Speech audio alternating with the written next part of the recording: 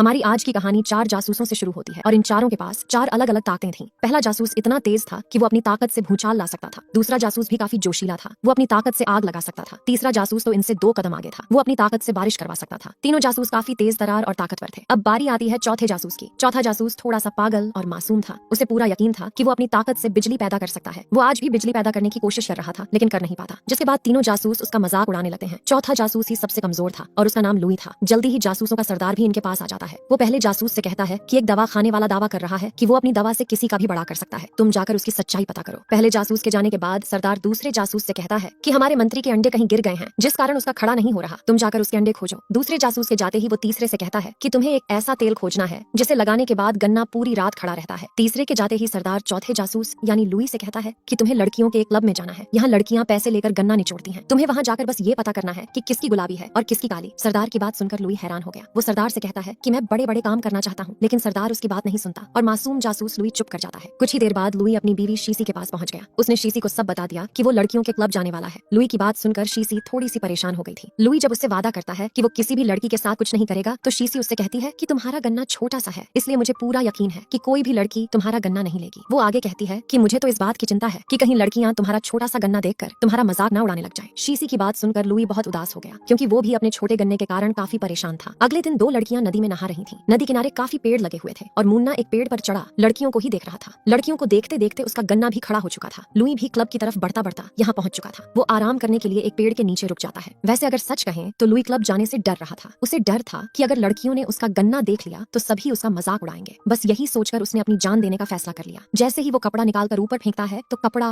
ऊपर खड़े मुन्ना के गन्ने में फंस जाता है। अब जैसे ही लुई ने अपनी जान देने के लिए कपड़ा खींचा तो मुन्ना नीचे गिर गया। मुन्ना को नीचे गिरता देख और उसका बड़ा सा गन्ना देख लुई हैरान हो गया। वो मुन्ना से माफी मांगकर पूछता है कि तुम्हारा गन्ना इतना बड़ा कैसे है। मुन्ना उसे कुछ नहीं बताता और उसे नदी में नहाती लड़कियां दिखाने लग जाता है। लड़कियां देखकर लुई भी खुश हो गया। मुन्ना उससे कहता है कि अगर तुम और लड़कियां देखना चाहते हो तो मेरे साथ चलो। थोड़ी ही देर बाद लुई मुन्ना की बात मानकर शहर में पहुंच चुका था। उसे लड़कियों का क्लब नजर आता है, जिसे देखकर लुई बहुत खुश होता है। उसे इसी क्लब में ही आना था और मुन्ना की मदद से वो यहाँ तक पहुंच चुका था। इस क्लब को हिमो नाम की औरत चलाती थी, जो हर मामले में तेज थी। आज हिमो के क्लब में नई लड़कियां आई थीं, जो अपने नाम के साथ साथ अपनी कला भी बता रही थीं। कोई कह रही थी कि वो गन्ने को कुल्फी की तरह चाटती है, तो कोई कह रही थी कि उसके दूध सबसे मुलायम है। लड़कियों की बातें सुनकर लुई का बुरा हाल हो गया। देखते ही देखते पूरे क्लब का माहौल गर्म हो गया, जिसके बाद क्लब की लड़कियां अपने ग्राहकों के साथ शुरू हो जाती हैं और ये सब देखकर लुई का भी रस निकल जाता है। अगले दिन लुई ने मुन्ना को सब बता दिया कि मेरा गन्ना छोटा है और मैं चाहकर भी मजे नहीं ले सकता। वो मुन्ना को ये नहीं बताता कि वो अपने सरदार के कहने पर क्लब में जासूसी करने आया है। अपनी पहचान छुपाने के लिए वो मुन्ना से झूठ बोलता है कि मैं एक लेखक हूँ और क्लब की लड़कियों पर एक किताब लिखना चाहता हूँ। लुई की बातें सुनकर मुन्ना ने उसकी मदद करने का फैसला कर लिया। थोड़ी देर बाद वो दोनों क्लब में आते हैं। वो लुई को यहाँ इसलिए लेकर आया था ताकि लुई लड़कियों के बारे में जान सके और अपनी किताब लिख सके। मुन्ना क्लब की मालकिन के छोटे छोटे से काम करता ही रहता था, जिस कारण उसका क्लब में भी आना जाना लगा ही रहता था। क्लब के एक कमरे में एक लड़की माहौल बना रही थी, जबकि एक आदमी उसे देख रहा था।